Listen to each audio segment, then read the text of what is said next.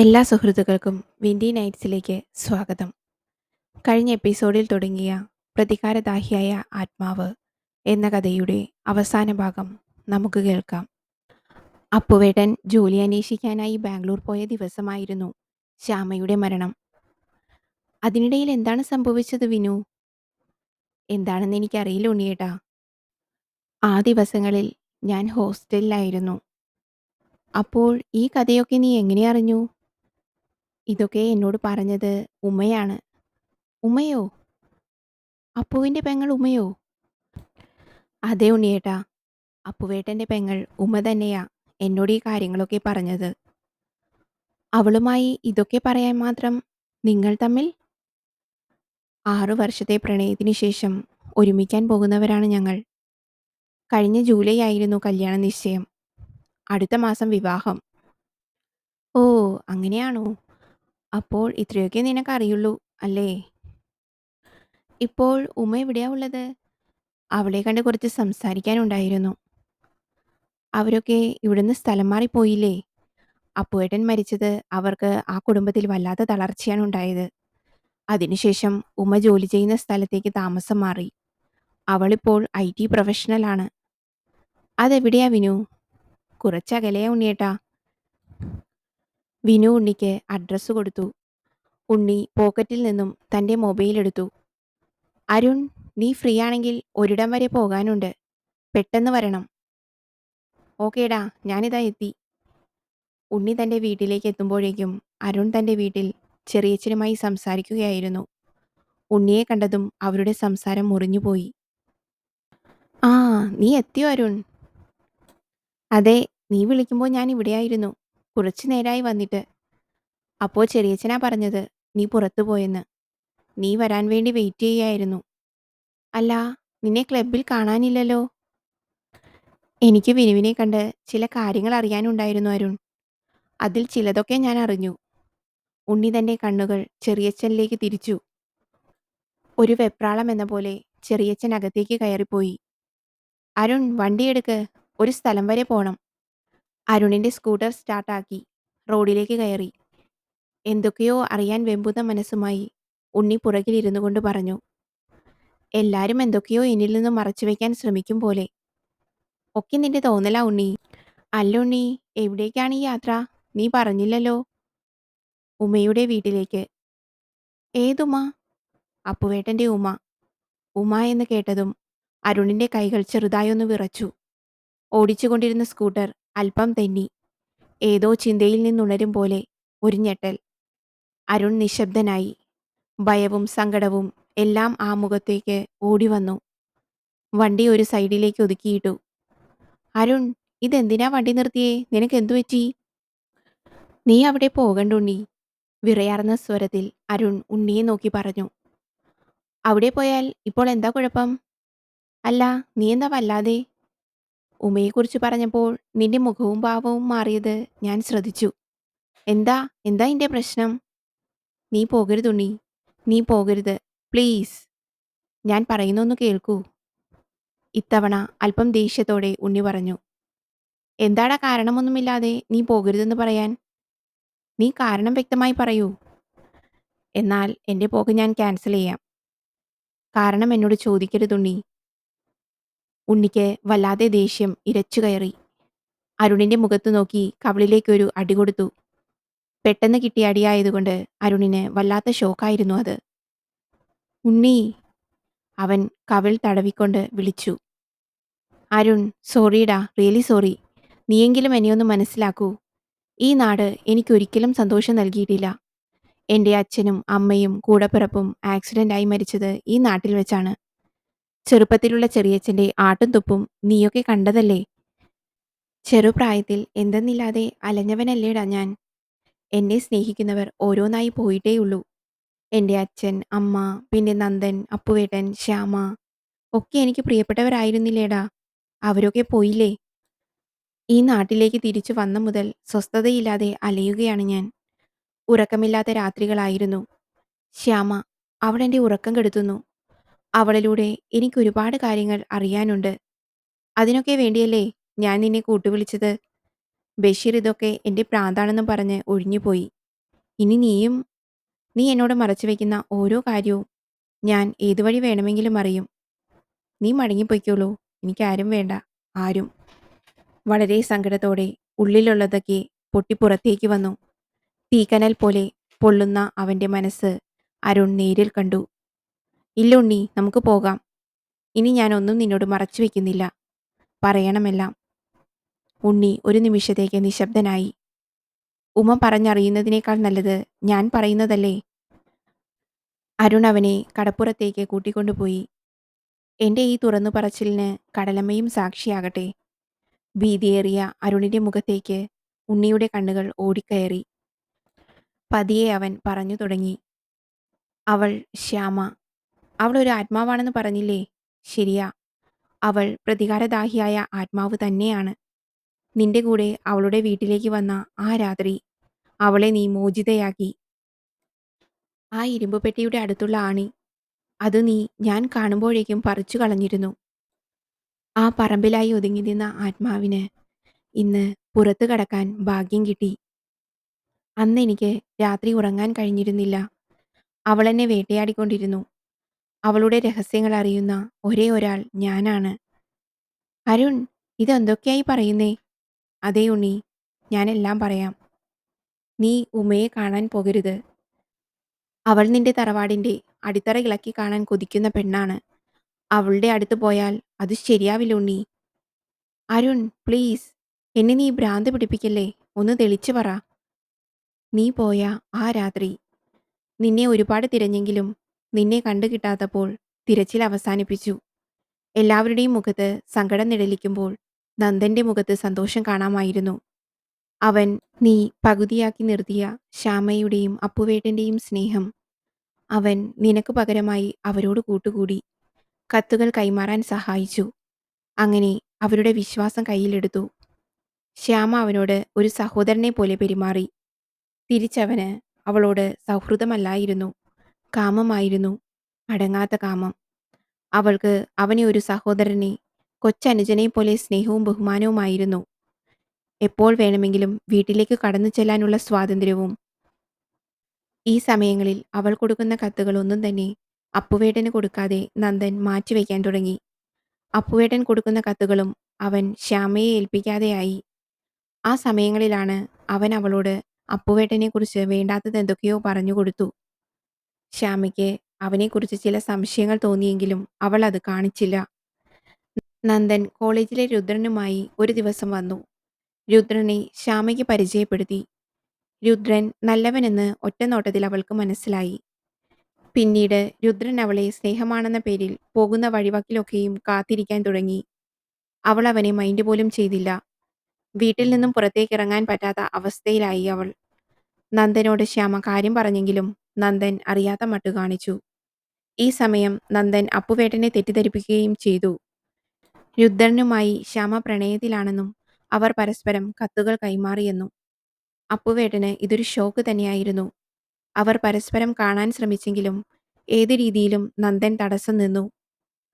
അച്ഛൻ മരിച്ച മുതൽ പാതി വഴിയിൽ പഠിപ്പ് ഉപേക്ഷിച്ച് വീട്ടിൽ ഒതുങ്ങിയ അവൾക്ക് താങ്ങും തണലുമായത് അമ്മയാണ്. അമ്മ ജോലിക്ക് പോകുന്ന സമയം നോക്കി ഒരിക്കൽ നന്ദൻ അവിടേക്ക് പുറപ്പെട്ടു. ശ്യാമേ, ഇന്ന് ഞാൻ ഹോസ്റ്റലിലോട്ട് താമസം മാറുകയാണ്. രുദ്രന് നിന്നോട് മാപ്പ് പറയണമെന്ന്. അപ്പുവേട്ടൻ നിന്നെ കാണണമെന്നും പറഞ്ഞു എന്നും പറഞ്ഞ് അവർ വീട്ടിനകത്തേക്ക് കയറി. കതകടച്ചതും അവൻ അവളിലേക്കെന്ന പോലെ അടിമുടി തുറപ്പിച്ചു നോക്കി. നന്ദ, അവൾ വിളിച്ചു. എത്ര നാളത്തെ ആഗ്രഹമാണ് നീ? അവൾ അവനെ ആകുന്നത്രയും പിന്തിരിപ്പിക്കാൻ നോക്കിയെങ്കിലും അവൻ അവളിലേക്ക് മയങ്ങിയിരുന്നു. അവളെ അവൻ പിച്ചു ചീന്തി.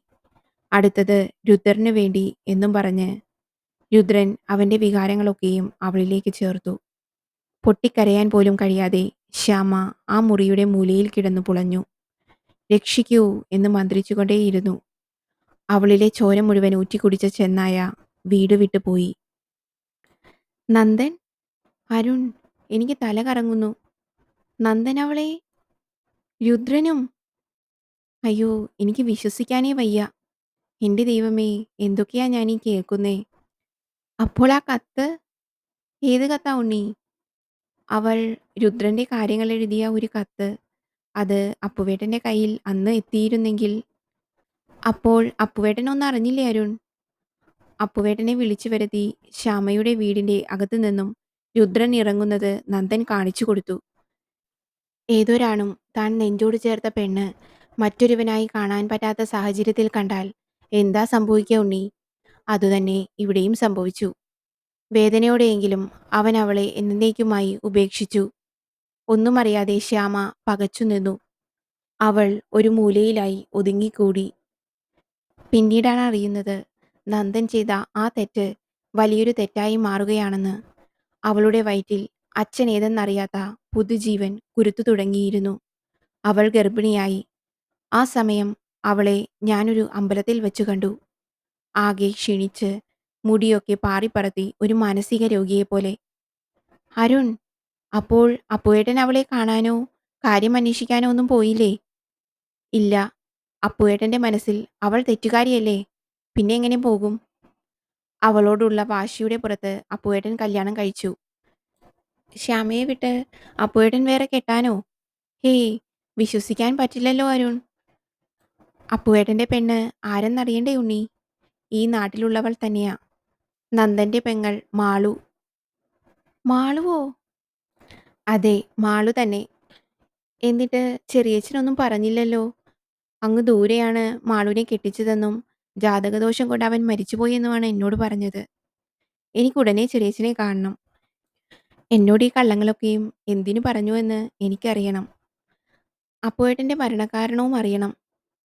ഉണ്ണി, നീ ധൃതി കൂട്ടാതെ ഞാൻ പറയുന്നത് മുഴുവൻ കേൾക്കൂ. അരുൺ തുടർന്നു.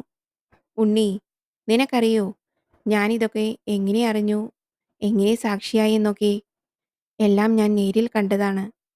ശ്യാമയുടെ ആത്മാവ് നന്ദനെ ഒരു ആക്സിഡന്റിന് കാരണമാക്കി കൊല്ലുന്നത്. അന്ന് ഞാൻ തിരുവനന്തപുരത്തുനിന്ന് ഇവിടെ വന്നിറങ്ങിയ ദിവസം നേരം വന്ന് ഇരുട്ടിയിരുന്നു. അന്ന് എൻ്റെ അടുത്ത് വണ്ടിയുമില്ല. ക്ലബിലേക്ക് ലക്ഷ്യം വെച്ച് നടന്നു. ക്ലബിന്റെ ചാവി എൻ്റെ കയ്യിലുണ്ടായിരുന്നത് കൊണ്ട് നേരം വെളുത്ത ശേഷം വീട്ടിൽ ചെല്ലാമെന്ന് കരുതി അന്ന് ഞാൻ ക്ലബിൽ തങ്ങി. പുറത്തെന്തോ ശബ്ദം കേട്ടാണ് ഞാൻ ജനലിൽ കൂടി നോക്കിയത്. അപ്പോൾ നന്ദന്റെ വണ്ടിയെ ഒരു രൂപം വന്ന് തട്ടുകയായിരുന്നു. കറുത്ത നീണ്ട മുടി മുഖത്തെ മറച്ചിരുന്നു. ആ രൂപം വണ്ടിയെ തട്ടുകയായിരുന്നു. അതിനകത്തുള്ള നന്ദനെ വാരിയെടുത്ത് രക്തം ഊറ്റി കുടിക്കുന്നത് ഞാൻ കണ്ടു. നീണ്ട നാവുകൊണ്ട് തുടച്ചു നക്കി നക്കി ചോര വലിച്ചു കുടിക്കുന്നു. എൻ്റെ ഭയം എൻ്റെ നാവുകളെ മരവിപ്പിച്ചു. കണ്ണുകളെ വിശ്വസിക്കാൻ കഴിയാത്ത കാഴ്ച. പിന്നീട് ആ രൂപം എൻ്റെ ജനാലയിലേക്ക് നോക്കി. കാറ്റ് വീശിയപ്പോൾ മുഖത്തു നിന്നും മുടി പാറിക്കളിച്ചു. അതൊരു പുകയായി മാഞ്ഞുപോയി. അവൾ ശ്യാമ. ഞാൻ കണ്ടതാ ഉണ്ണി, നന്ദനെ അവൾ കൊല്ലുന്നത്. ചോര ഒലിക്കുന്ന കണ്ണുകളാൽ അവൾ എന്നെ നോക്കി പുഞ്ചിരിച്ചു. പിന്നീട് ഞാൻ ഉണരുന്നത് രാവിലെ ആക്സിഡന്റ് പറ്റിയ സ്ഥലത്തെ ബഹളം കേട്ടാണ്. ശേഷം നന്ദനെ കൊന്ന കാരണം എനിക്ക് ബോധ്യമായി. അവളുടെ ജീവിതം കളഞ്ഞവനോടുള്ള പ്രതികാരം. നിന്റെ തറവാട്ടിലും അവളുടെ ശല്യമുണ്ടായെന്ന് പറഞ്ഞു ചെറിയച്ഛൻ. അന്ന് ദത്തൻ നമ്പൂതിരിയാണ് ചരട് ജപിച്ചു കൊടുത്തത്. ചെറിയച്ഛൻ അത് തറവാട്ടിൽ ഓരോ മൂലയിലായി കുഴിച്ചിട്ടു. ശേഷം ശ്യാമയുടെ ശക്തിയെ ദത്തൻ നമ്പൂതിരി പറഞ്ഞ പ്രകാരം ഇരുമ്പു പെട്ടിയിൽ ആവാഹിച്ചു. അവൾക്കൊരിക്കലും തറവാട്ടിൽ കയറാൻ പറ്റില്ല. അവളുടെ വീടുണ്ടായ പരിസരത്തല്ലാതെ അവൾക്കൊരിക്കലും ആ പറമ്പ് വിട്ട് പുറത്തു കടക്കാൻ കഴിയില്ലായിരുന്നു. അതാണ് നീ എടുത്തു മാറ്റിയത്, അവളെ ആവാഹിച്ച തകിട്. ഇനി അവൾ സ്വതന്ത്രയാണ്. അപ്പുവിനെ വശീകരിച്ചത് മാളുവാണെന്നും മാളുവിന്റെ ജാതകം കാരണമാണ് അപ്പു മരിച്ചതെന്നും വിശ്വസിച്ച് നടക്കുകയാണ് അപ്പുവിന്റെ പെങ്ങൾ ഉമ. അവളെ നീ കാണാൻ പോയാൽ അവൾ നിന്നെ ആട്ടി ഓടിക്കും. ശ്യാമയേക്കാൾ പകയുമായി നടക്കുന്ന മനുഷ്യയക്ഷിയാണവൾ. അതാ ഞാൻ നിന്നെ അവിടേക്ക് പോകാതെ തടഞ്ഞത്. കർക്കിടക രാവുകളെ നീ പേടിക്കണം ഉണ്ണി. അവൾ ശ്യാമ അടങ്ങാത്ത പകയുമായി നടക്കുന്ന ആത്മാവാണ്. അരുൺ, കേട്ടതൊക്കെയും സത്യമാണല്ലോ അല്ലേ? വിശ്വാസം വരുന്നില്ലടാ. ഇതൊക്കെ പച്ചയായ സത്യം. മനസ്സ് തുറന്നൊക്കെ പറഞ്ഞപ്പോൾ മനസ്സിലെ ഭാരം കുറഞ്ഞതുപോലെ. അപ്പോൾ ശ്യാമ ആത്മഹത്യ ചെയ്തത് തന്നെയാണോ? അവൾക്ക് എന്തു പറ്റിയെന്ന് എനിക്കറിയില്ലടാ ഉണ്ണി. എന്നോട് ഇതൊക്കെ ഇത്ര നാളായി മറച്ചു വെച്ചത് എന്തിനാ അരുൺ?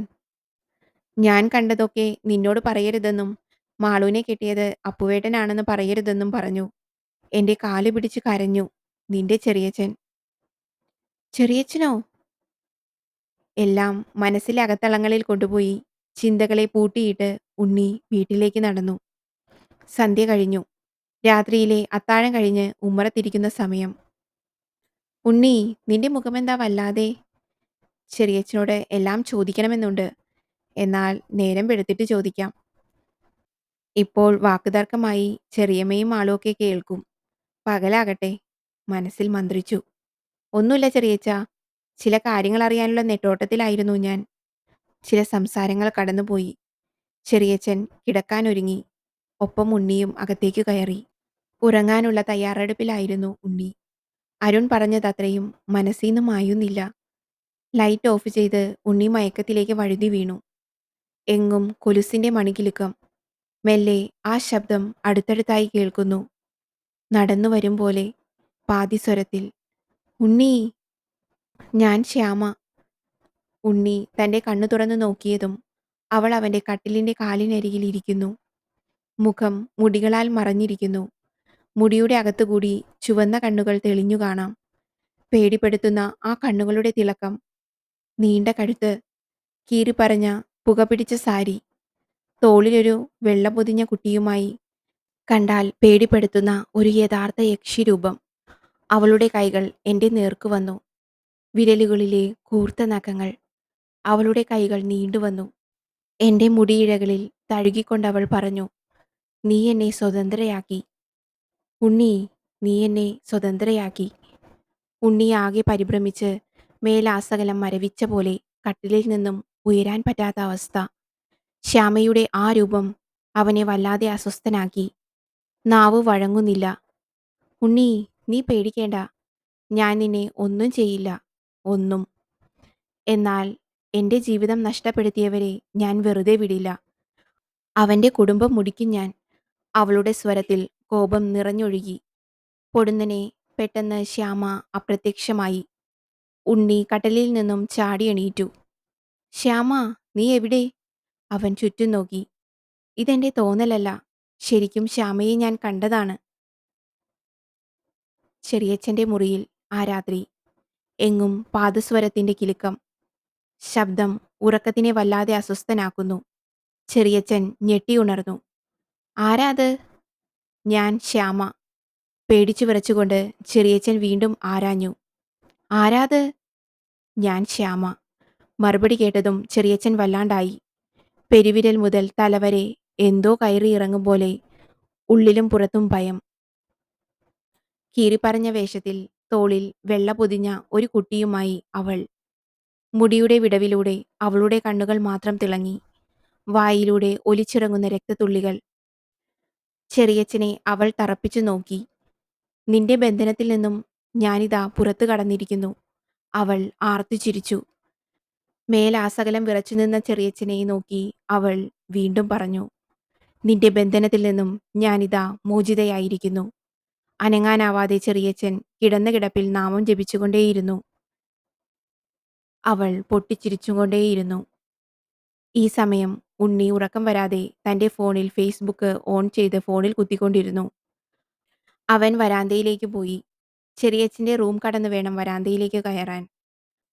റൂമിലെ ഞെരക്കം കേട്ട് ഉണ്ണി ചെറിയച്ഛന്റെ വാതിൽ മെല്ലെ തുറന്നു. ശ്യാമ അപ്പോഴേക്കും പുകയായി മറഞ്ഞുപോയി. കണ്ണുകളടച്ച് ചെറിയച്ഛൻ പ്രാർത്ഥിച്ചുകൊണ്ടിരിക്കുന്നു. അവൻ മെല്ലെ തട്ടി വിളിച്ചു, ചെറിയച്ഛാ. ചെറിയച്ഛൻ ഞെട്ടി എണീറ്റു. അവൾ മോചിതയായി. ബന്ധനത്തിൽ നിന്നും അവൾ രക്ഷപ്പെട്ടു. ചെറിയച്ഛാ, എന്തൊക്കെയായി പറയണേ? ഇത് ഞാനാ, ഉണ്ണി. അവൾ മോചിതയായി. ബന്ധനത്തിൽ നിന്നും അവൾ രക്ഷപ്പെട്ടു. ഒരു തരി വെപ്രാളത്തോടുകൂടി ചെറിയച്ഛൻ പറഞ്ഞുകൊണ്ടേയിരുന്നു. എങ്ങും ചെമ്പകം പൂത്തുലഞ്ഞ മണം. താഴെ ഒരു പൂവും. ചെമ്പകപ്പൂ. ചെറിയച്ഛാ, ആരുടെ കാര്യായി പുലമ്പുന്നേ? ആരാ ബന്ധനത്തിൽ നിന്നും പുറത്തു കടന്നത്? ചെറിയച്ഛൻ ആ കണ്ണുകളിലെ ഭയം ഒളിപ്പിച്ചു. മെല്ലെ പറഞ്ഞു, ഏയ്, ഞാനൊരു സ്വപ്നം കണ്ടു ഉണ്ണി. ഒരു പേടി സ്വപ്നം. അരികിലുള്ള കിണ്ടിയിൽ നിന്നും ചെറിയച്ഛന് വെള്ളമെടുത്ത് വായിൽ വെച്ചു കൊടുത്തു. ആരാ ഇപ്പോ സ്വപ്നത്തിൽ വന്നത്? ചെറിയച്ഛനെ പേടിപ്പെടുത്താനായിട്ട്. അതോ, അത് പിന്നെ അത്. ചെറിയച്ഛന്റെ തട്ടിമുട്ടിയുള്ള ഈ മറുപടി കേട്ട ഉണ്ണി പെട്ടെന്നങ്ങ് പറഞ്ഞു. ശ്യാമയാണോ ചെറിയച്ച ഈ ഭയത്തിന് കാരണം? ചെറിയച്ചൻ അല്പനേരം സ്തംഭിച്ചു നിന്നു. ഉണ്ണി, ഞാനല്പം കിടക്കട്ടെ. സംസാരം നാളെയാവാം. ഇപ്പോ നീ പൊയ്ക്കോളൂ. ഉണ്ണി ആ ചെമ്പകപ്പൂ കയ്യിലെടുത്തു. ശരി, എനിക്ക് ചോദിക്കാൻ അവസരം നൽകാതെ നാളെ ചെറിയച്ചന്റെ വായിൽ നിന്ന് തന്നെ എല്ലാം കേൾക്കണം. കയ്യിലുള്ള ചെമ്പകപ്പൂ മൂക്കിൽ തൊട്ട് മണപ്പിച്ചുകൊണ്ട് ഉണ്ണി പുറത്തെ തിണ്ണയിലോട്ട് പോയി. ശ്യാമ, അവൾ എന്നെ ഒന്നും ചെയ്യില്ലത്രേ. പേടിപ്പെടുത്തുന്ന രൂപം അവൾക്കൊട്ടും ചേരുന്നില്ല. എന്തു സുന്ദരിയായിരുന്നു അവൾ. ഇപ്പോൾ ഒരു യക്ഷി. അവളെ വീണ്ടും കണ്ടിരുന്നെങ്കിൽ.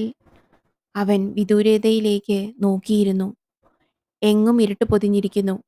നിലാവ് പോലും പേടിച്ചൊളിച്ചിരിക്കുന്നു. ആകാശത്ത് ഒരു നക്ഷത്ര കുഞ്ഞുപോലും തെളിയാത്ത കൂരിരുട്ട്. ചീവീടുകളുടെ ശബ്ദം മാത്രം. ഇരുട്ട് കരയാൻ വെമ്പുന്ന പോലെ ഒരു തേങ്ങൽ. കൂരാകൂരിരുട്ട്. മൊബൈൽ ടോർച്ച് കത്തിച്ചു വെച്ചു. സിഗരറ്റ് എടുത്ത് ചുണ്ടിലേക്ക് വെച്ചു. മുകളിലോട്ട് പുക ഊതിവിട്ടു. പൊടുന്നനെ കൊലുസിന്റെ ശബ്ദം. ചെമ്പകപ്പൂവിൻ ഗന്ധം. അവളിവിടെ എവിടെയോ ഉണ്ട്. ദൂരെ നിന്നും മറയുന്ന പുകയിലൂടെ. അവൾ ശ്യാമ. വെളുത്ത പാദത്തിലെ കൊലുസിന്റെ കിലുക്കം ചെവിയിൽ തറച്ചു കയറുന്നു. ചുവന്ന പട്ടുപാവാടയും സ്വർണ്ണ കളറുള്ള ബ്ലൗസും കുറ്റിയാർന്ന മുടിയും. ഇപ്പോൾ അവളുടെ കയ്യിൽ കുട്ടിയില്ല. എന്റെ അടുത്തേക്ക് അവൾ നടന്നു വന്നു. ഉണ്ണി, നീ ഇപ്പോൾ എന്നെ കാണാൻ ആഗ്രഹിച്ചു ഇല്ലേ? ഇപ്പോഴും എന്നെ പേടിയാണോ ഉണ്ണിക്ക്? ഇത്തവണ ഉണ്ണിക്കൊരു ഭയവും തോന്നിയില്ല. ഏയ് ഇല്ല. സത്യത്തിൽ ശ്യാമ ഒരാത്മാവാണോ? അതെ ഉണ്ണി, ഞാൻ മോക്ഷം കിട്ടാത്ത ആത്മാവാണ്. പക്ഷേ എനിക്ക് ഈ ലോകം മുഴുവനും ചുറ്റിക്കാണാനുള്ള കഴിവുണ്ട്. എന്നെക്കുറിച്ചറിയാൻ നീ ഒരുപാട് ശ്രമിച്ചു. എന്നാൽ ഇനിയും ഒരുപാടുണ്ട്. നീ എല്ലാ സത്യവും അറിഞ്ഞു കഴിഞ്ഞ് നിന്റെ അടുത്ത് വരാനാണ് ഞാൻ ആഗ്രഹിച്ചത്. എന്നാൽ നീ എന്നെ മനസ്സിൽ വിളിച്ചുകൊണ്ടേയിരുന്നു. ഉണ്ണി വിളിച്ചാൽ എനിക്ക് വരാതിരിക്കാൻ പറ്റുമായിരുന്നില്ല. കാരണം വർഷങ്ങൾക്ക് ശേഷം ഉണ്ണി എന്നെ മോചിതയാക്കി. ഇത്തവണ ഉണ്ണി മറുപടി ഒന്നും പറഞ്ഞില്ല. ഒരു ലക്ഷ്യം എനിക്കുണ്ട്. അവൻ രുദ്രൻ. അവൻ ഇപ്പോഴും എന്നെ ഉപദ്രവിച്ചുകൊണ്ടേയിരിക്കുന്നു. അവൻ മഹാമാന്ത്രികനാണ്. ചാത്തനെ സേവിക്കുന്നവൻ. അവൻ എൻ്റെ ആത്മാവിന് കാവലാണ്. എന്നെ ബന്ധിച്ചു കഴിഞ്ഞും അവൻ എന്നെ ആവാഹിച്ചുകൊണ്ടിരുന്നു. ആത്മാവിന് വേദനയുണ്ടാകുമോ? പിന്നെ, നിങ്ങൾ മനുഷ്യരെക്കാളേറെ ആത്മാക്കൾക്ക് വേദനയുണ്ടാകും. ശരീരമാസകലം ആണി തറപ്പിക്കുന്ന വേദന. കാലമത്രയും രുദ്രൻ എൻ്റെ ശരീരത്തെ ആവാഹിച്ചുകൊണ്ടിരുന്നു. തൻ്റെ ശരീരം? അതെ, എൻ്റെ ശരീരം ചിതയിലേക്കെടുത്തിട്ടില്ല. അതെങ്ങനെ? ഞാൻ മരിച്ച ആ ദിവസം. അന്ന് ഞാൻ ഒറ്റയ്ക്കായിരുന്നു. എൻ്റെ വയറ്റിൽ കുരുത്ത കുഞ്ഞിനെ ശപിച്ചുകൊണ്ട് ജീവിക്കുന്ന ദിനങ്ങൾ. ഞാൻ മരിച്ചു കഴിഞ്ഞ് പോസ്റ്റ്മോർട്ടത്തിനെന്ന പേരിൽ രുദ്രൻ എന്നെ കൊണ്ടുപോയി. ദിവസങ്ങളോളം മോർച്ചറിയിൽ. എന്നിലൂടെ അവർക്കുള്ള എല്ലാ തെളിവുകളും അവർ നശിപ്പിച്ചു. ഞാനൊരു ദുരാത്മാവായി മാറാതിരിക്കാൻ എൻ്റെ ശരീരം വെച്ചവർ ക്രയകർമ്മം ചെയ്തു. ഇപ്പോൾ ആ ശരീരം എവിടെയാണെന്ന് എനിക്കറിയില്ല. എൻ്റെ പക അത്രയ്ക്കും വലുതായിരുന്നു. ശേഷം ദഹിപ്പിച്ചത് മറ്റേതോ ശരീരമായിരുന്നു. അവർ കരുതിയിരുന്നതിലപ്പുറമായ എൻ്റെ പ്രതികാരം ഞാൻ നന്ദൻ വഴി നടപ്പിലാക്കി. അവനറിയാതെ ഞാൻ അവനെ കൊന്നു. നന്ദൻ മരിച്ച ശേഷം എൻ്റെ ആത്മാവിനെ ചാത്തനിൽ ബലികർമ്മങ്ങൾ ചെയ്തു. രുദ്രൻ എൻ്റെ ആത്മാവിനെ ബന്ധിച്ചു. ഈ സമയം ദത്തൻ നമ്പൂതിരി എൻ്റെ ആത്മാവിനെ ഇരുമ്പുപെട്ടിയിൽ പൂട്ടിയിട്ടു. ഈ രണ്ടു കർമ്മങ്ങൾ എനിക്കെതിരെയായിരുന്നു. ഞാൻ പെട്ടിക്കുള്ളിൽ കാലങ്ങളാൽ കഴിഞ്ഞു. പറമ്പിൽ എന്നും രുദ്രൻ കാവലായിരുന്നു. രുദ്രൻ നമ്പൂതിരി കുടുംബത്തിലെ അംഗമായതിനാൽ അവനെ എനിക്കൊന്നും ചെയ്യാൻ കഴിഞ്ഞില്ല. അവൻ എൻ്റെ ശരീരത്തെ ആവാഹിച്ചുകൊണ്ടിരുന്നു. അവൻ്റെ രോമത്തിൽ പോലും എനിക്ക് തൊടാൻ പറ്റാതെയായി. അവൻ ചാത്തൻ സേവ തുടങ്ങി. ഒരു ഡോക്ടറായ അവൻ്റെ ഉള്ളിലെ ചെകുത്താനെ നേരിൽ കണ്ടറിഞ്ഞവളാണ് ഞാൻ. അവൻ എന്നെ കൂടാതെ എത്രയോ പെൺകുട്ടികളെ പീഡിപ്പിച്ചു. അവരുടെ ശരീരത്തെ മറവു ചെയ്യാതെ ചാത്തൻ സേവയ്ക്ക് വേണ്ടി ആവാഹിച്ചുകൊണ്ടേയിരുന്നു. ചാത്തന് ബലിയർപ്പിച്ചു. നന്ദൻ അതിലൊരു ഭാഗമായിരുന്നു. ശ്യാമയുടെ മുഖത്ത് സങ്കടം നിഴലിച്ചു. കോപവും പ്രതികാരവും മാത്രം നിഴലിച്ച ആ മുഖത്ത് സങ്കടങ്ങൾ നിറഞ്ഞൊഴുകി. മുഖമത്രയും കണ്ണീരാൽ പൊതിഞ്ഞു. നീ എന്തിന് ആത്മഹത്യ ചെയ്തു? യാത്ര പോലും പറയാതെ ശ്യാമ പുകയായി മാഞ്ഞുപോയി. തന്റെ കയ്യിലെ സിഗരറ്റ് കത്തിത്തീരും മുമ്പേ അവൾ അകലങ്ങളിലേക്കെത്തിയിരുന്നു.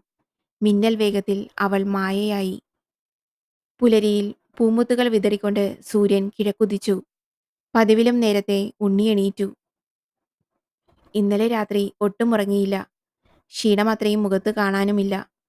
ഇന്നലെ നടന്ന സംഭവങ്ങൾ അത്രയും അരുണിന്റെ ചെവിയിലേക്ക് എത്തിക്കുകയായിരുന്നു രാവിലത്തെ ലക്ഷ്യം. ഹലോ അരുൺ, നീ ഫ്രീ ആണോ? ഏയ് ഇല്ലടാ, ഞാൻ ഫ്രീ അല്ല. ഇപ്പോൾ ബെഡിലാ. ബെഡിൽ നീ ഫ്രീ ആണോ? അല്ലടാ, ബെഡിൽ നിന്റെ. രാവിലെ തന്നെ തെറി വിളിക്കാതെ പൊന്നോ. നീ ഒന്ന് വേഗം വായോ, നിന്നോട് ഒരുപാട് കാര്യം പറയാനുണ്ട്. ശ്യാമയുടേതാവും, അല്ലാതെ എന്ത് കാര്യ ഇപ്പോൾ നിനക്ക്? പുതുതായി ഇന്ന് യാത്ര ഒന്നുമില്ലേ? യാത്ര പോകാനുണ്ട്. നീ വാ, നമുക്ക് കൂടാം. ആ പിന്നെ, ഇവിടെ അല്ലാട്ടോ, ക്ലബിലേക്ക്. ഓക്കെ ഓക്കേടാ, കാണാം. സംഭാഷണം പൂർത്തിയായതും അവൻ ഒരുങ്ങിക്കെട്ടി ക്ലബിലേക്ക് പുറപ്പെട്ടു. അവിടെ ചെന്ന് ശ്യാമയുടെ വീടിന്റെ വഴിയിലേക്ക് നോക്കി നിന്നു. അവളവനെ നോക്കി ചിരിക്കുന്ന പോലെ. ഇത്തവണ അവന് തോന്നിയതാണ്. അപ്പോഴേക്കും അരുൺ എത്തി. എന്താ, നിനക്ക് ഉറക്കമൊന്നുമില്ലേ ഉണ്ണി? രാവിലെ എൻ്റെ ഉറക്കം കളയാനായിട്ട്. വാ, പറയട്ടെ. ഉണ്ണി അരുണിന്റെ കയ്യിൽ പിടിച്ച് അകത്ത് കയറ്റി. ചില ഞെട്ടിക്കുന്ന വാർത്തയായിട്ടാണ് ഞാൻ വന്നത്. ഡാ, വല്ല അറ്റാക്കും വന്നാൽ? മതി നിന്റെ ഒരു അവിഞ്ഞ കോമഡി. ഇന്നലെയും ഞാൻ അവളെ കണ്ടു. നിനക്കൊരു കാര്യം അറിയോ അരുൺ? ശ്യാമയ്ക്ക് സംഭവിച്ചതൊക്കെയും നമ്മൾ മനസ്സിൽ പോലും ചിന്തിക്കാത്ത കാര്യമാണ്. അതിന് ഞാനൊന്നും ചിന്തിച്ചില്ല. നീയല്ലേ അവളുടെ പുറകെ പോയത്. ഡാ, നീ മിണ്ടാതെ. ഞാൻ പറയുന്നതൊക്കെയും കേൾക്കാനുള്ള ക്ഷമ കാണിക്ക്. ഇവിടെ അവളുടെ ബോഡി ദഹിപ്പിക്കുമ്പോൾ നീ ഇവിടെ നാട്ടിലായിരുന്നില്ലേ? അതെ, ആയിരുന്നു. എന്നാൽ അവളെയല്ലാന്ന് ദഹിപ്പിച്ചത് മറ്റാരുടെയോ ശരീരമാണ്. നീ എന്താ പറഞ്ഞു വരുന്നത്? അതുതന്നെ. ഉണ്ണി എല്ലാ കാര്യവും അരുണിനോട് പറഞ്ഞു. അപ്പോൾ രുദ്രൻ മോശക്കാരനാണല്ലോ. അവനെ ഇതിനൊക്കെ സഹായിക്കാൻ ഒരാളുണ്ടാവില്ലേടാ ഉണ്ണി ഈ നാട്ടിൽ. അല്ലാതെ ഇവിടെ വന്നിങ്ങനെ കളിക്കാനുള്ള ധൈര്യമൊക്കെ രുദ്രനുണ്ടോ? ശരിയാ, അവൾ എങ്ങനെ മരിച്ചതെന്ന് ചോദിച്ചതിൽ അവൾക്ക് ഉത്തരമുണ്ടായിരുന്നില്ല. അവൾ മരിച്ചു കഴിഞ്ഞതിന് ശേഷമുണ്ടായ കാര്യമത്രയും നിന്നോട് ബോധിപ്പിച്ചു. എന്നാൽ മരണം സംഭവിച്ചത് മാത്രം മറച്ചു പിടിക്കാൻ ശ്രമിക്കുന്നു. ഇതിലെന്തോ ദുരൂഹത ഇല്ലേ ഉണ്ണി? നീ പറഞ്ഞത് വളരെ ശരിയാ. ഞാൻ അത് ചിന്തിച്ചില്ല. മരണകാരണം വ്യക്തമാക്കാതെ സ്ഥിതിക്ക് അവൾ വന്നാൽ നീ ഇനിയും ഇതേ ചോദ്യം ചോദിക്കണം. നീ എങ്ങനെയാ മരിച്ചതെന്ന്. നമുക്കൊന്ന് അവളുടെ വീട്ടിലേക്ക് പോയാലോ? വാ, പോയിക്കളയാം. ഉണ്ണി, സത്യത്തിൽ നിന്റെ ഈ യാത്ര എങ്ങോട്ടാ? സത്യത്തെ തേടിയുള്ള യാത്രയാണ് എൻ്റേത്. ഇതിൽ ചില സങ്കടങ്ങളും ചില സന്തോഷങ്ങളും മാറി മാറി വരും. എന്നിരുന്നാലും ഞാൻ ഈ അന്വേഷണത്തിൽ നിന്നും പിന്തിരിയാൻ പോകുന്നില്ല. നീ വാ. കാലിൽ മുള്ളുകൊണ്ട് ചോര പൊടിയാൻ തുടങ്ങിയാൽ രുദ്രൻ വരും. അതുകൊണ്ട് അതുകൊണ്ട് ബി കെയർഫുൾ. രുദ്രനെ ഇവിടെയൊന്നും കാണുന്നില്ലല്ലോ. രുദ്ര, നീ എവിടെയാണ്? ദിശയറിയാതെ വീശുന്ന കാറ്റിൽ നരച്ച താടിയും മുടിയുമുള്ള ഒരു കുള്ളനായ രുദ്രൻ. നീ പിന്നെയും വന്നോ? ഡാ ഉണ്ണി, പോകാം. രുദ്രനോട് ശത്രുത വേണ്ട. നീ വാ. ഉണ്ണി തന്റെ കയ്യിൽ നിന്നും അരുണിന്റെ കൈ എടുത്തു മാറ്റി. വിരലുകൾ രുദ്രന് നേർക്ക് ചൂണ്ടി അരുൺ പറഞ്ഞു. നിന്റെ ചാത്തൻ സേവ ഞാൻ അവസാനിപ്പിക്കും, തീർച്ച. അരുൺ, നിന്റെ വഴി ഇതല്ല. നീ വന്ന വഴി തിരിച്ചു പോ. നിന്റെ ഈ പോക്ക് നാശത്തിലേക്കുള്ള വഴിയാണ്. ഉറക്കെ അയാൾ പൊട്ടിച്ചിരിച്ചു. അരുൺ തന്റെ കൈകൾ വീണ്ടും ഉണ്ണിയോട് ചേർത്ത് മുറുകെ പിടിച്ചു. ഉണ്ണി, നമുക്ക് പോകാം. നീ പേടിക്കാതെ അരുൺ. രുദ്രൻ ഇവനെ ഞാൻ. ഉണ്ണി തന്റെ കയ്യിൽ കിട്ടിയ കമ്പുകൊണ്ട് രുദ്രന് നേരെ ആഞ്ഞു. രുദ്രൻ രൗദ്രഭാവത്തോടുകൂടി ഉണ്ണിയുടെ നേർക്ക് നോക്കിയതും ഉണ്ണി കാറ്റിലെന്ന പോലെ തെറിച്ചു വീണു. ഉണ്ണി! അരുൺ പിന്നാലെ ഓടി. കൈ നിലത്തുകുത്തി അവൻ മെല്ലെ എണീക്കാൻ ശ്രമിച്ചു. അരുൺ അവനൊരു കൈത്താങ്ങായി നിന്നു. ഇല്ലടാ, എനിക്കൊന്നും സംഭവിച്ചില്ല. അവനെവിടെ? രുദ്രൻ. ശരിയാ, അവനെ കാണാനില്ല. അവൻ എവിടെയൊക്കെയോ മറഞ്ഞു. വീണ വീഴ്ചയിൽ ഉണ്ണിയുടെ വിരലുകൾ ചെറുതായൊന്ന് മുറിഞ്ഞു. രക്തത്തുള്ളികൾ ആ പറമ്പിൽ വീണു. ഉണ്ണി വാ, നമുക്ക് പോകാം. ഇനി ഇവിടെ നിൽക്കാൻ പറ്റില്ല. വരൂ ഉണ്ണി. അരുൺ ഉണ്ണിയുടെ കൈ പിടിച്ച് വലിച്ചുകൊണ്ടുപോയി. ഡാ, നീ ഇതിനാണോ എന്നോട് വരാൻ പറഞ്ഞത്? ഉണ്ണി മറുപടിയൊന്നും പറഞ്ഞില്ല. ഉണ്ണി, ആ വീഴ്ചയിൽ നിനക്കെന്തെങ്കിലും സംഭവിച്ചിരുന്നെങ്കിൽ? എനിക്കെന്തു സംഭവിക്കാൻ? രുദ്രനെ ഞാൻ വെറുതെ വിടില്ല. അവൻ കാരണം ഇനി ഒരു പെണ്ണ് പോലും വഞ്ചിക്കപ്പെടരുത്. ഡാ, നീ ഇനിയും പറഞ്ഞില്ലല്ലോ എവിടേക്ക് പോകാൻ വേണ്ടിയാ എന്നെ വിളിച്ചത്? നമുക്ക് ഈവനിങ് പോകാം. നീ വീട്ടിലേക്ക് തിരിച്ചു പോയിക്കോളൂ. രണ്ടു വഴികളിലായി രണ്ടുപേരും പിരിഞ്ഞു. പുറത്തെ വരാന്തയിൽ ചെറിയമ്മ ഇരിപ്പുണ്ട്. അല്ല ഉണ്ണിയെ, ഇതെന്ത് പോക്കാണ്? കാലത്തെ എണീറ്റോ? എല്ലാരും ഉണരും മുമ്പേ ഒന്നും പറയാതെ എവിടെയാ പോയേ? കാണാഞ്ഞപ്പോ ഞാൻ വിചാരിച്ചു നാടും വീടും ഈ വയസ്സന്മാരെയും വിട്ട് നീ വീണ്ടും പോയെന്ന്. മുഖത്ത് ചെറു പുഞ്ചിരിയോടെ ചെറിയമ്മയെ കണ്ണുറുക്കി കാണിച്ചു. ഉണ്ണി അകത്തേക്ക് കയറി. ചെറിയച്ഛൻ ഇത്തവണ ഒന്നും മിണ്ടാതെ ദൂരെ നോക്കി ഒറ്റയിരിപ്പാണ്. ചെറിയച്ഛാ, പേടിയൊക്കെ മാറിയോ? മറുപടിയൊന്നും കൊടുക്കാതെ വിദൂരതയിലേക്ക് നോക്കി നിന്നു. ഉണ്ണി മുറിയിലേക്ക് പോയി കതകടച്ചു. ശ്യാമേ, നീ വരൂ, എനിക്ക് സംസാരിക്കണം. ശ്യാമേ, ഇരുമ്പുപെട്ടിയിൽ തൊട്ടുകൊണ്ടവൻ പറഞ്ഞു. രുദ്രൻ, ഞാനവനെ കണ്ടു. പുകയായി മുൻപിൽ അവളുടെ രൂപം തെളിഞ്ഞു. ഉണ്ണി, രുദ്രനെ നീ കണ്ടു അല്ലേ? അവന് നിന്നെ ഒന്നും ചെയ്യാൻ കഴിയില്ല. കാരണം നിന്റെ രക്തം അവിടെ പടർന്നിരിക്കുന്നു. രക്തമോ? എന്ത് രക്തം? കർക്കിടക നാളിൽ എന്റെ പറമ്പിനകത്ത് ഒരു തുള്ളി രക്തം പോലും വീഴാൻ പാടില്ല. അങ്ങനെ വന്നാൽ എനിക്ക് ശക്തി ഇരട്ടിക്കും. രക്തത്തുള്ളികൾ ആരുടെയാണോ അവനെ രുദ്രനൊന്നും ചെയ്യാൻ പറ്റില്ല. അതെന്തുകൊണ്ട്? അതെങ്ങനെയാണ്? അവൻ സ്ത്രീകളുടെ രക്തം ഊറ്റിയെടുത്ത് ചാത്തനിൽ അർപ്പിക്കും. പിന്നീട് അവരുടെ വിരലുകൾ പറിച്ചെടുത്ത് ഓരോ മൂലയിലായും കുഴിച്ചിടും. ശേഷം അവരുടെ ശരീരത്തെ ഐസിട്ട് ഒരു പെട്ടിയിലാക്കി സൂക്ഷിക്കും. അപ്പോൾ അവന്റെ ശക്തി ഉയർന്നുകൊണ്ടേയിരിക്കും. അതാണ് രുദ്രൻ. ഇതുപോലെ എത്ര പേർ. എന്നാൽ വിരലുകൾ കുഴിച്ചിട്ട പറമ്പിൽ കർക്കിടക മാസം പുരുഷന്മാരുടെ രക്തം വീണാൽ ആ രക്തത്തിന്റെ ഉടമയെ അവനൊന്നും ചെയ്യാൻ പറ്റില്ല. അപ്പോൾ നിന്റെ ശരീരവും അങ്ങനെയാണോ? അപ്പോഴേക്കും പുറത്തുനിന്നും ചെറിയമ്മയുടെ ശബ്ദം. മോനെ ഉണ്ണി, കതക് തുറന്നേ. നിനക്കൊന്നും കഴിക്കാൻ വേണ്ടേ? എത്ര നേരായി ഈ കതകടച്ചിരിപ്പ്? ദാ വരുന്നു. ഉണ്ണി തിരിഞ്ഞു നോക്കിയതും ശ്യാമ മറഞ്ഞിരുന്നു. ചെറിയച്ഛനെവിടെ? പേടി സ്വപ്നം കണ്ടെന്നും പറഞ്ഞ് ദത്തൻ നമ്പൂതിരിയെ കാണാൻ പോയിരിക്കുക. ഉണ്ണിയുടെ ചായ കുടിയൊക്കെ കഴിഞ്ഞതും ചെറിയച്ഛൻ തിരികെ വന്നു. ഇത്ര പെട്ടെന്ന് വന്നൂലോ. തിരുമേനിയെ കണ്ടില്ലേ? ഇല്ല, തിരുമേനി ദേവീദർശനത്തിന് കൊടുങ്ങല്ലൂർ പോയേക്കുവാ. നിങ്ങളെ ഉണ്ണി അന്വേഷിച്ചു. ഓ, ഉണ്ണി, ചെറിയച്ഛൻ വന്നൂട്ടോ. ഉണ്ണി വായോ, പുറത്തേക്കൊന്ന് നടക്കാം. ചെറിയച്ഛനുമായി ഉണ്ണി പുറത്തേക്കിറങ്ങി. വീടിന്റെ പുറകുവശമായി ചെമ്പകപ്പൂ പൂത്തു നിൽക്കുന്നു. അതിനടുത്തായി സർപ്പക്കാവുണ്ട്.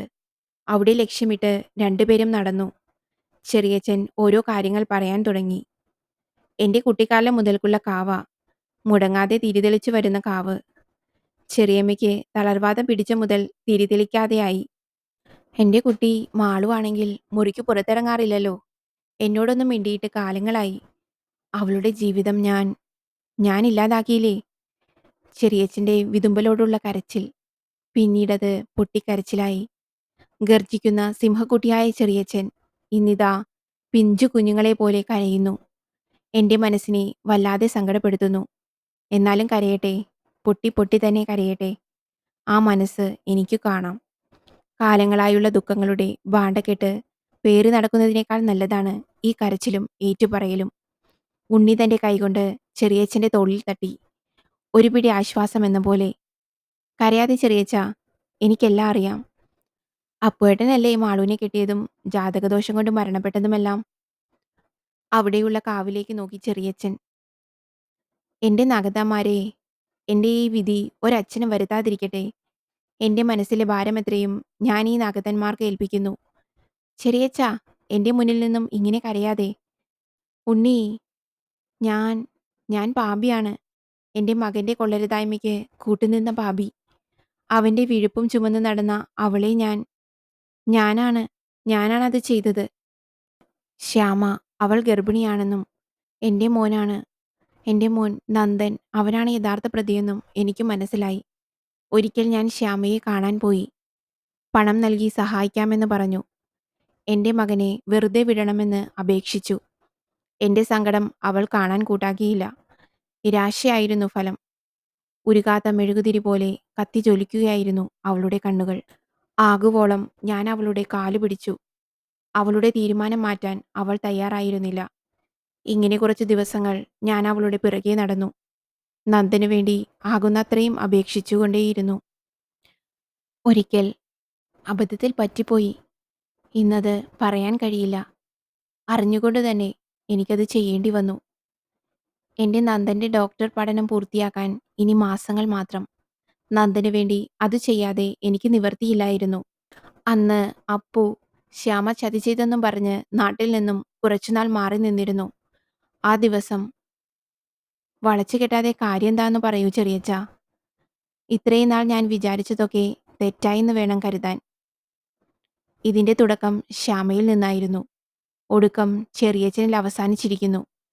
ഞാൻ തന്നെയാണ്. അവളെന്നെ കൂട്ടാക്കാതെ വന്നപ്പോൾ ഞാൻ അവളുടെ കവിളിലേക്ക് ഒരു അടിവെച്ചു കൊടുത്തു. അവളെന്നെ നോക്കി ഉറക്കെ വിളിച്ചു പറഞ്ഞു, നന്ദന്റെ കുട്ടിയാണ് എൻ്റെ വയറ്റിൽ വളരുന്നത്. അവനെ ഞാൻ വെറുതെ വിടില്ല. വാക്കുകൾ മുഴുവിപ്പിക്കും മുമ്പേ ഈ കാലുകൾ കൊണ്ട് അവളുടെ വയറ്റിൽ ഞാനൊരു തൊഴി കൊടുത്തു. അവൾ കിടന്നു പുളഞ്ഞു. അവൾ ഉറക്കെ കരഞ്ഞു വിളിച്ചു. അവളുടെ ദയനീയാവസ്ഥ. വയറു മുറുകെ പിടിച്ചവൾ കുതറി ഓടാൻ ശ്രമിച്ചെങ്കിലും അവൾക്കതിന് കഴിഞ്ഞില്ല. വീണ്ടും വീണ്ടും ഞാൻ അവളുടെ വയറ്റിൽ ആഞ്ഞു ചവിട്ടി. ഉള്ളിലെ ജീവൻ കെടാൻ പോകുന്നു. രക്തം ഒഴുകാൻ തുടങ്ങി. അവൾ കിടന്നു പുളയുകയാണ്. എൻ്റെ മനസ്സിൽ നന്ദന്റെ മുഖം മാത്രമായിരുന്നു. അരയിൽ നിന്നും ബെൽറ്റെടുത്ത് കഴുത്തിൽ മുറുക്കി കെട്ടി. അവൾ മരണത്തിലേക്കെത്തി എന്നുറപ്പു വരും വരെ ആഞ്ഞു മുറുക്കി. അവളെന്നെ ദയാലുവായ കണ്ണുകളോടെ നോക്കുന്നുണ്ടായിരുന്നു. കൊല്ലരുതെന്ന് കേണപേക്ഷിക്കും പോലെ. മരണമുറപ്പാക്കി ഞാൻ പുറത്തു കടക്കാൻ തുടങ്ങുമ്പോൾ ജനലിലൂടെ 2 കണ്ണുകൾ. എൻ്റെ ഹൃദയമിടിപ്പ് കൂട്ടിയെങ്കിലും രുദ്രൻ അവനായിരുന്നു. അവനെ ഞാൻ കണ്ടതും പേടി എൻ്റെ മുഖത്തും മനസ്സിലും ഒരുപോലെ അലതല്ലി. അവൻ എന്നോട് പറഞ്ഞു, ഞാൻ നന്ദനോട് ഇതൊന്നും പറയില്ല കേട്ടോ. അവൻ്റെ പഠിപ്പിനെ ഇതൊന്നും ബാധിക്കില്ല. അവളെ കൊല്ലാനാണ് ഞാൻ വന്നത്. പക്ഷേ എനിക്ക് മുമ്പേ അച്ഛനത് നിറവേറ്റിയിരിക്കുന്നു. എൻ്റെ കൂടെ നിൽക്കാൻ ഒരാൾ, രുദ്രൻ. എനിക്ക് താങ്ങായി ഒരാൾ. എനിക്കതായിരുന്നു വേണ്ടത്. ആ സമയം ഞാൻ സന്തോഷവാനായിരുന്നു. അവൻ പറഞ്ഞു, അച്ഛാ, അച്ഛൻ പൊയ്ക്കോളൂ. ഈ ബോഡി എന്തു ചെയ്യണമെന്ന് എനിക്കറിയാം. അച്ഛൻ പൊയ്ക്കോളൂ. ഇത് ഞാൻ കൈകാര്യം ചെയ്തോളാം. മനസ്സിലെ വേദനകളത്രയും മിന്നിമായും പോലെ ഞാൻ വീട്ടിലേക്ക് മടങ്ങി. ഒരു ഉറക്കം കഴിഞ്ഞു. ശ്യാമ തൂങ്ങി മരിച്ചു എന്ന വാർത്തയുമായാണ് പിറ്റേന്ന് നാടുണർന്നത്. ചെറിയച്ഛൻ അവളെ?